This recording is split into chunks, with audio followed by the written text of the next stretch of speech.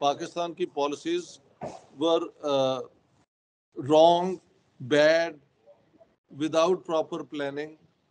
India के साथ दोस्ती करके अगर आप आगे चलते, इस्लाम को ये किस तरह इस्तेमाल करते हैं हमेशा, कभी अवाम के हक में नहीं बल्कि जो रूलिंग क्लासेस हैं उनके हक में करते हैं। कि ये पीडी, ये जो मूवमेंट थी जो अब हुकूमत में है, ये पहले महंगाई के खिलाफ करते थे। अब महंगाई सबसे ज़्यादा इनके दौर में हुई है कि कभी जमात इस्लामी के किसी लीडर ने, और वो भी अमीर जमात इस्लामी के लीडर ने, अमीरों के खिलाफ उनकी ये इस किस्म की दौलत।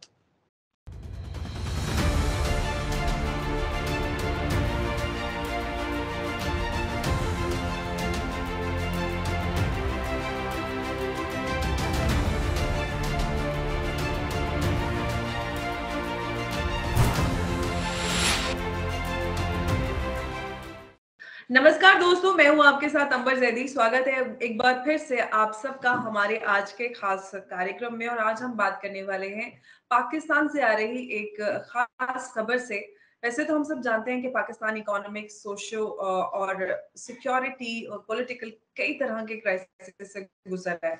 और इस समय पाकिस्तान में जो फॉरेन एक्सचेंज रिजर्व है उसकी भी कमी है। और इस बीच जमात इस्लामी के चीफ सिराजुल हक ने कहा है कि उनके पास 18 ऐसे पाकिस्तानियों की लिस्ट है जिनके बैंक अकाउंट में 4,000 अरब डॉलर यानी कि 15.52 अरब डॉलर्स की अगर हम बात करें, इतने रुपए हैं। और इस तरह के जो लिस्ट है उसमें शामिल है पॉलिटिकल लीडर्स, ब्यूरोक्रेट, जजेस और कुछ आर्मी ऑफिसर्स। तो प्रेस कॉन्फ्रेंस में उन्होंने कहा कि हमारे जो देश की संस्थाएं हैं, ऑर्गेनाइजेशंस हैं, उनको चाहिए कि इस तरह के लोगों से पैसा निकलवाए और जो अभी हमारे सामने संकट है, जो मुश्किल है, उससे निकलने में लोग से कहें कि हमें उनको कुर्बानी देनी चाहिए और देश को कर्ज से निकालने के लिए।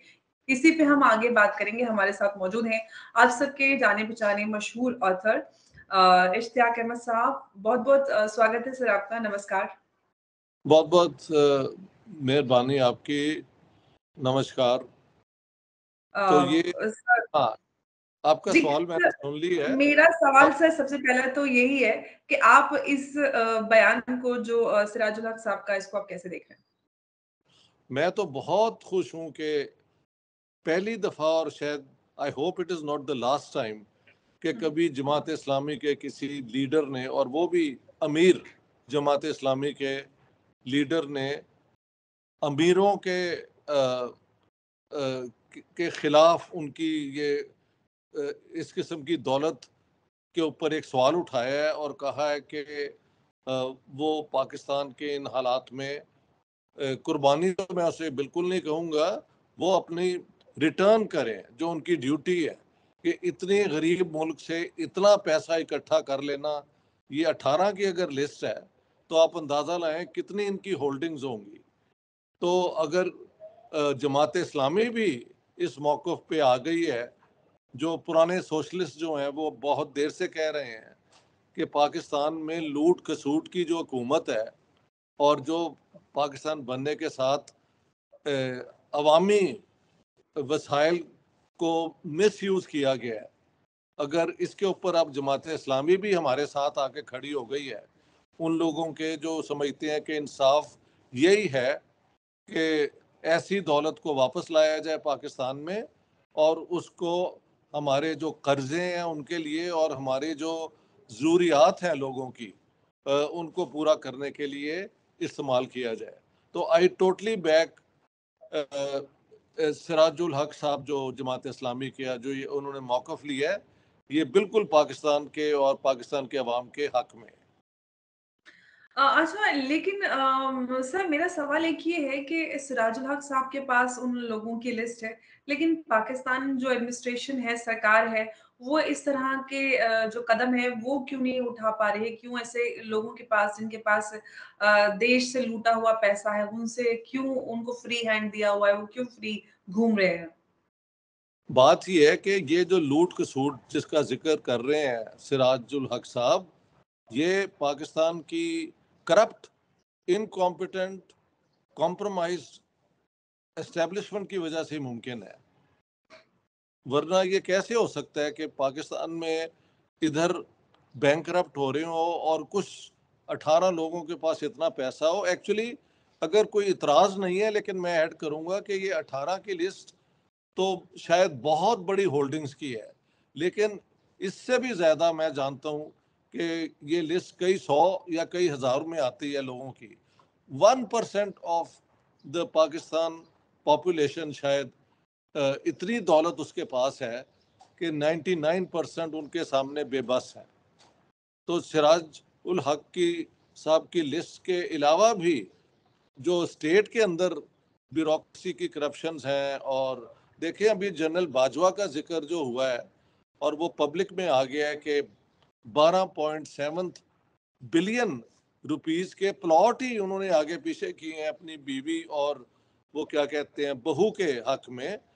और जिस बंदे ने ये रिवील किया है उसको पहले अरेस्ट कर लिया गया, अब मुझे खबर है कि he is out on bail. यानी जो इस करप्शन को रिवील करे वो इस स्टेट की जद में आ जाता है। इससे बड़ा वो क्या कहते हैं मॉरल कोलैप्स किसी मुआशरे का क्या हो सकता है। तो मैं बहुत खुश हूँ कि जमात इस्लामी और प्रोफेसर सिराजुल हक साहब जो हैं वो अब वो मौक़िफ़ ले रहे हैं जो हम बहुत देर से ले रहे हैं कि पाकिस्तान में इंसाफ की बुनियाद पे नेशनल वेल्थ जो है ना वो शेयर होनी चाहिए। अच्छा, सिराजुल हक साहब ने एक और बात कही कि जो पीडीएम है वो पीटीआई के खिलाफ महंगाई को लेकर मुजाहरे किया करती थी और अब खुद भी अब जब वो सरकार में है, सत्ता में है, वो खुद महंगाई को लेकर और इन सारी जो अभी पाकिस्तान में सिचुएशन है उसको देखते हुए है एक बड़ा फेलियर साबित हुई है। आप क्या कहते हैं? मैं बिल्कुल अग्री करता हूँ कि ये पीडी ये जो मूवमेंट थी जो अब हुकूमत में है, ये पहले महंगाई के खिलाफ करते थे, अब महंगाई सबसे ज्यादा इनके दौर में हुई है। तो ये देखें ये सारा जो ये दो तीन पार्टियां हैं ये बनी भी एस्टेब्लिशमेंट की मर्जी से थी, और बाद में एस्टेब्लिशमेंट का और इनका झगड़ा हो गया तो प्राइम मिनिस्टर भी चेंज हो गए। ये सारे तर्ज हुकूमत जो है ना ये गैर मुनासिब है। जमहूरियत या तो लाएं या एक ऐसी मैंने बात की या कुछ लोग उससे खुश नहीं है कि कुछ देर के लिए एक केयर टेकर गवर्नमेंट जिसमें टेक्नोक्रेट्स नहीं बल्कि सोसाइटी के पब्लिक इंटेलेक्चुअल्स जिनका कैरेक्टर और उनकी जो कॉम्पिटेंस है दोनों मानी जाती है, उनकी हुकूमत हो एक साल के लिए, जिसके पास फ्री हैंड हो कि ये जो सारी गलतियां हुई हैं उनको किसी तरीके से ख़त्म करके एक नॉर्मल स्टेट जो अपने साथ नेबर स्टेट्स के साथ अमन में रहती है और अपने अंदर अपने सिटीजन्स में भाईचारा पैदा करती है। अभी तक तो यही हुआ है कि सेक्टेरियनिज्म कभी आ जाती है, कभी सब सेक्टेरियन झगड़े शुरू हो जाते हैं, कभी लसानी झगड़े हो जाते हैं जुबान वाली बेस पे, रीजनलिज्म वर्सेस सेंटर। तो पाकिस्तान के तो ये सारे मसाइल रॉन्ग पॉलिसीज रॉन्ग प्रायोरिटीज की वजह से है। तो अगर सिराजुल हक साहब भी ये कह रहे हैं तो मेरे ख्याल से अब ये हम सब लोग बहुत देर से कह रहे हैं, ये अब एक आवाज आवाम की बनती जा रही है, ये खुशी की बात है। जी, बिल्कुल। और ऐसे में अब जबकि पाकिस्तान एक बड़े इकोनॉमिक क्राइसिस से गुज़र रहा है और इसकी चर्चा विश्व भर में है और आईएमएफ से कर्ज की ज़रूरत है। इसी को लेकर आईएमएफ चीफ ने भी ये बात कही कि जो पाकिस्तान है और पाकिस्तान को चाहिए कि वो अमीरों से टैक्स लेकर गरीबों पे खर्चा करे, जबकि ऐसा नहीं हो रहा है। आप क्या कहते हैं इस पर? जबकि बिल्कुल देखिए। पाकिस्तान में 20-22% लोग बिलो पॉवर्टी लाइन है। हाँ, तो ये बहुत बड़ी पॉवर्टी लाइन है, और टैक्स जो है वो बिल्कुल लेना चाहिए, बल्कि लैंड रिफॉर्म पे भी मैं जोर दूंगा कि बहुत बड़ी होल्डिंग्स हैं इस वक्त लैंड की, और 250 acres irrigated and 500 unirrigated, it is too big a holding। और उसके साथ वो जो कल्चरल रवायती फ्यूडल किस्म का होल्ड भी होता है इन लोगों का मुआशरे पे, वो कायम है। तो लैंड रिफॉर्म भी होने चाहिए। ये हमारी कहते हैं कि फेडरल शरीयत वो जो है कोर्ट ने कहा है कि लैंड रिफॉर्म इस्लाम के खिलाफ है, ये बिल्कुल अपना पता नहीं इस्लाम को ये किस तरह इस्तेमाल करते हैं हमेशा, कभी अवाम के हक में नहीं बल्कि जो रूलिंग क्लासेस हैं उनके हक में करते हैं। तो उलमा हक मैं इन्हें नहीं मानता। उलमा हक तो वो हैं जो सबसे गरीब मुसलमान को अपना बल्कि सबसे गरीब पाकिस्तानी को अपना ऑब्जेक्ट समझें अटेंशन का, और उनके मसाइल को लेके आगे चलें। तो अगर ऐसा इस्लाम ये लेके आए तो हम तो सब इसमें बहुत खुश होंगे। इंसाफ होगा, माइनॉरिटीज़ की प्रोटेक्शन होगी, और हम तो ये कहते हैं औरतों और मर्दों को पूरा चांस दो यार आगे बढ़ने का। तो एक बात नहीं हो सकती कि उन ये जो 18 की list I think is too short a list. ये शायद उन्होंने लिस्ट उन लोगों की बनाई है जो इतनी दौलत उनके पास है कि बस हद से ज़्यादा है। लेकिन इसके अलावा भी जो बेस है ना लूट मार की, वो बहुत बड़ी है इससे 18 की लिस्ट से। जी, बिल्कुल आपने सही कहा, लेकिन एक बात तो है जो आपने लैंड रिफ़ॉर्म की बात की, जब भारत आज़ाद हुआ था उस वक़्त और उसके बाद भारत और पाकिस्तान का विभाजन हुआ। उसके बाद भारत में रिफ़ॉर्म्स हुए, ये जागीरदार ज़मींदार होते थे, उन सब से को ये सारा पूरा सिस्टम डिसमेंटल किया गया। लेकिन हमने देखा कि पाकिस्तान में ये जो बहुत ज़रूरी रिफ़ॉर्म्स थे, जो नेशनल इंटीग्रेशन के लिए और एक लॉन्ग टर्म डेवलपमेंट के लिए करने चाहिए थे, वो नहीं देखे, और जिसका जो अंजाम है वो आज हम देखते हैं कि पाकिस्तान में आज भी वडेरे और बड़े लैंड माफिया वहां पर पाए जाते हैं। जी और जी। इनफैक्ट उनकी प्राइवेट जेल्स भी होती हैं। अभी एक बलोच विमेन एक प्राइवेट किसी नेता के यहाँ जेल में थी। तो इस तरह की चीजें एक आज के दौर में पाकिस्तान के अंदर चल रही है और कोई देखने सुनने वाला नहीं है, कुछ होता नहीं है। ये किस तरह से और कैसे ये चीजें बदल पाएंगी? देखिए, पाकिस्तान बनी जिम्मेदारी और जागीरदारी को बचाने के लिए। यही मेरी जिन्ना अली किताब में मैंने एट लेंथ ये प्रूव किया है कि अगर ये मसला ना होता तो पंजाब में तो मुस्लिम लीग की कोई सपोर्ट ही नहीं थी, ना ही इसकी सपोर्ट सिंध में थी कोई। यहाँ पे तो ज़ीरो तकरीबन इनकी पोजीशन थी। North west frontier already Gandhian socialist जो थे अपना अब्दुल गफ्फार खान का होल्ड था। तो पाकिस्तान बनाने में जागीरदारी को बचाना एक बहुत बड़ा अट्रैक्शन था। तब ये लोग सारी जो रीजनल पार्टी छोड़ के तो मुस्लिम लीग में आए। तो ये तो पहले दिन से एक ऐसी स्टेट बनी जिसने अवाम की खिदमत के बजाय यहाँ की जो इस्तिसाली कुव्वतें हैं, जो एक्सप्लॉयटेटिव क्लासेस हैं, उनके इंटरेस्ट को प्रोटेक्ट किया। 2-3 दफ़ा लैंड रिफॉर्म की कोशिश भी हुई, लेकिन वो इतनी ज़्यादा सीलिंग है कि उसमें कुछ लैंड डिस्ट्रीब्यूट हुआ, लेकिन मेरे ख्याल से जिस तरह इंडिया ने लैंड रिफॉर्म करके ये सारा सिस्टम ही ख़त्म कर दिया है, हमको भी पाकिस्तान में ऐसे ही करना चाहिए।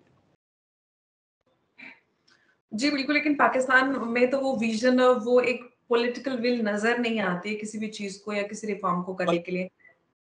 जी, एक लेक एक आप ऐड करते जाऊं, जी, पाकिस्तान में जब ये ऑफिसर रिटायर होते हैं ना, मेहल कर्नल या ब्रिगेडियर से ऊपर, तो सबको एक प्लॉट मिलता है घर बनाने का। लेकिन जितने आप ऊपर चलते जाएं उतने ज़्यादा एकड़ भी मिलते हैं साथ साथ। और इन्होंने 4 जंगें की हैं, एक भी नहीं जीती। तो मुझे नहीं समझ आती ये ये कैसी वो लैंड ग्रांट्स हैं। What for, what have they done for Pakistan? या तो होना कि हमने इंडिया दिल्ली पे जाके झंडा लगा दिया हो, या हमने पूरा कश्मीर जीत लिया हो, तो फिर I think they are entitled to the land reforms. लेकिन अगर वहां पे भी कुछ नहीं हुआ तो ये किसकी, ये तो ये फिर एक करप्शन बिजनेस लोग करते हैं, वो ब्लैक मार्केट, मनी लॉन्ड्रिंग। लेकिन एक ये भी तो लूट खसूट है ना कि नेशनल लैंड जो है पाकिस्तान का, वो ये सारे अफसर जो हैं वो अपनी तरफ अपने खाते में डाल लेते हैं। तो हर किस्म की करप्शन यहाँ पे है। जी, बिल्कुल। अच्छा, सर, हम जो सिराजुल हक साहब की जो उन्होंने कहा है प्रेस कॉन्फ्रेंस करके बहुत सारी बातें कही जिसमें अहम उन्होंने 18 लोगों की बात की है। उसको लेकर उन्होंने एक बात और कही कि जिन 18 लोगों की उन्होंने बात की, अगर उनकी बात मानते हैं और उसको आगे लेकर चलते हैं, तो उन्होंने कहा कि उन 18 लोगों के पास, क्योंकि अभी पाकिस्तान को 22 अरब डॉलर्स का कर्जा देना है और उनका ये कहना है कि इन 18 लोगों से ही अगर ले लिया जाए, तो आधे से ज़्यादा कर्जा तो इन्हीं के पैसों से, जो इनके पास दौलत इकट्ठी की हुई है, उससे दिया जा सकता है। जी, आप क्या कहते हैं सर इस पे? बहुत मैंने तो कहा है कि मैं अगर सिराजुल हक साहब से मेरी मुलाकात हुई तो मैं तो हुँ, उनको गले मिल के और मुबारकबाद दूंगा, क्योंकि यही एक मुजाहिदाना सोच होनी चाहिए कि जहाँ पे नाइंसाफ़ी हो रही हो आपकी आवाज़ उठे वहाँ पे। तो ये अपना अ, ये जमात इस्लामी की ट्रेडिशन वैसे नहीं है कि वो इस किस्म की बात करें, लेकिन अगर आज उन्होंने कर दी है तो वो मैं समझता हूँ ये एक बहुत पॉजिटिव चीज़ है। लेकिन 14 की लिस्ट मुझसे या 18 की इज़ टू शॉर्ट। इस लिस्ट को बढ़ाया जाए और एक बेहतर मुआशरा पाकिस्तान में कायम किया जाए और सर। हिंदुस्तान के साथ दोस्ती की जाए। इतनी ओवर स्पेंडिंग डिफेंस की कोई ज़रूरत नहीं। अगर दोनों मुल्क एक दूसरे से वो क्या कहते हैं ट्रस्ट बिल्डिंग प्रोसेस में आ जाएं तो हमारी फौजें एक दूसरे के साथ जो है कोऑपरेट करें, बजाय के हर वक्त एक झूठी सी जंग का माहौल इकट्ठा किया हुआ है। अंबर जी, मैं आपको बताऊं, मैंने 2-3 महफिलों में कहा है कि अगर वाकई हमने इंडिया से हमला होना है और हमने जंग करनी है तो ये लाहौर की और जहाँ जहाँ ये हमारे बड़े शहर हैं उनकी सारी जो है ना ये एस्टेट्स डेवलपमेंट रियल एस्टेट वो सारी इंडिया के बॉर्डर के करीब जा रही है। तो जब आप अपनी बेस्ट लोकेलिटीज को सो कॉल्ड दुश्मन के नज़ीर लेके जाते हैं तो ये हमाकत नहीं तो और क्या है। लेकिन ये हमाकत इसलिए नहीं है, सबको पता है कि अब जंग नहीं होनी। जब न्यूक्लियर वेपन्स आ गए हैं there is no chance of a war. तो ऐसे ही इंडिया के साथ झगड़ा बगैर किसी वजह के आप लाइन ऑफ कश्मीर को इंटरनेशनल बॉर्डर बना के और इंडिया के साथ अग्रीमेंट ट्रस्ट की बुनियाद पे आना जाना शुरू करें। ये देखें पूरा इलाका किस तरह अगले 10-20 साल में कितनी तरक्की करता है। ये बिल्कुल बेहुदा किस्म की पॉलिसीज यहाँ पे आज तक इख्तियार की गई हैं। मैं सरगोदा यूनिवर्सिटी में भी ये कह के आया हूँ, जहाँ मैं जाता हूँ लोग कहते हैं सर ये पहले बातें तो हमें किसी ने बताई नहीं जो आप बता रहे हैं। लेकिन जो मुझे खुशी की बात है कि मुझे अभी तक किसी ने रोका नहीं है कि आप ये बातें ना करें। तो इसका मतलब है अवाम सुनना चाहते हैं और जो इस्टेब्लिशमेंट है उसके अंदर भी एक मेच्योरिटी आ चुकी है कि हमको ये सारा बदलना है। बदलने से पहले इस किस्म के सवाल हमेशा एकेडमिक्स और इंटेलेक्चुअल्स उठाते हैं and I have done it और अदर्स आर डूइंग इट। तो अच्छा, सर, मेरा सवाल अभी ये है, हम सब जानते हैं कि जो आपने अभी बात रखी है बहुत अहम है। अगर पाकिस्तान की पॉलिसीज़ इस तरह की नहीं रही होती, एंटी इंडिया, या इतना ज़्यादा उन्होंने कश्मीर मसले को नहीं खींचा होता, तो शायद अगर हम एशिया की जब बात करते हैं तो एशिया एक पावरफुल पूरा ज़ोन की तरह उभर कर आ रहा है। अगर पाकिस्तान की पॉलिसी सही रही होती तो मुझे लगता है कि हालात और बेहतर हो सकते थे और चीज़ें बहुत बेहतर हो सकती थी। आप क्या कहते हैं सर? वो ठीक है, बिल्कुल। मैंने तो कहा है कि ये शुरू से पाकिस्तान की policies were wrong, bad, without proper planning. India के साथ दोस्ती करके अगर आप आगे चलते तो सार्क का फ्रेमवर्क तो ऑलरेडी एग्जिस्ट करता है और पाकिस्तान उसका सिग्नेटरी है और कई दफ़ा हमारे प्राइम मिनिस्टर और ये हेड ऑफ द स्टेट्स मिले भी हैं। तो ऑलरेडी वी आर एग्रीड कि हमने अमन कायम करना है इस इलाके में और हमने कोई टेररिज्म की कोई गुंजाइश नहीं होनी चाहिए। और कश्मीर हुँ, पे अगर कोई प्रॉब्लम है तो जो हिस्ट्री ने डिसाइड कर दी है वही उसका एक फैसला है। जी। 48 में जो बॉर्डर बना था, लाइन ऑफ, उसे सीज फायर लाइन कहते थे, बाद में वो जरा सी तब्दीली से लाइन ऑफ कंट्रोल हो गया।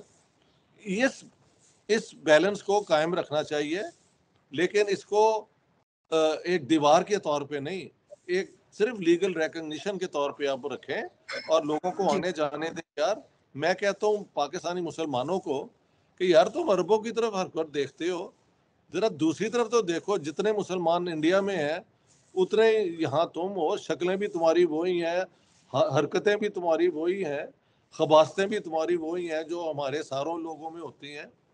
तो किधर तुम किस रुख किधर करते हो? Come back to South Asia and let's work together for peace, friendship and a lot of love. क्यों जी? एब्सोल्युटली। जी। जी, बिल्कुल। सर, एक आखिरी सवाल मेरा आपसे ये है कि जो जमात-ए-इस्लामी का मौक़िफ़ अभी सामने निकल कर आया है, जो सिराजुल हक़ साहब ने बात कही है, इसको आगे ले जाने के लिए एक मोमेंट क्रिएट करने के लिए क्या किस तरह की तैयारियाँ हो सकती हैं? क्या-क्या करना चाहिए ताकि ये बड़ी आवाज़ बनकर पाकिस्तान के सामने जो अभी इकोनॉमिक क्राइसिस है, उसको हल करने में कामयाब हो? मसलन अब देखें, अगर सिराजुल हक साहब ने कहा है तो बजाय उन पे तनकीद शुरू कर दी जाए कि यार जमात इस्लामी ने ये लिस्ट जो बनाई है वो यूं है वो है, इसके बजाय आप उनकी इस बात को लबैक कहें और इस इस किस्म की डिमांड में उन्हें सपोर्ट करें। और हमारे जैसे लोग फिर ये कहेंगे कि ये सिर्फ इंटरनली नहीं हो सकता, एक्सटर्नली भी आप इंडिया के साथ जो कॉन्फ्रंटेशन है, जो पाकिस्तान की इकोनॉमी का सत्यानाश कर रही है, उसको भी ख़त्म करें। तो ये मिलके एक मूवमेंट बन सकती है in the best interest of Pakistan.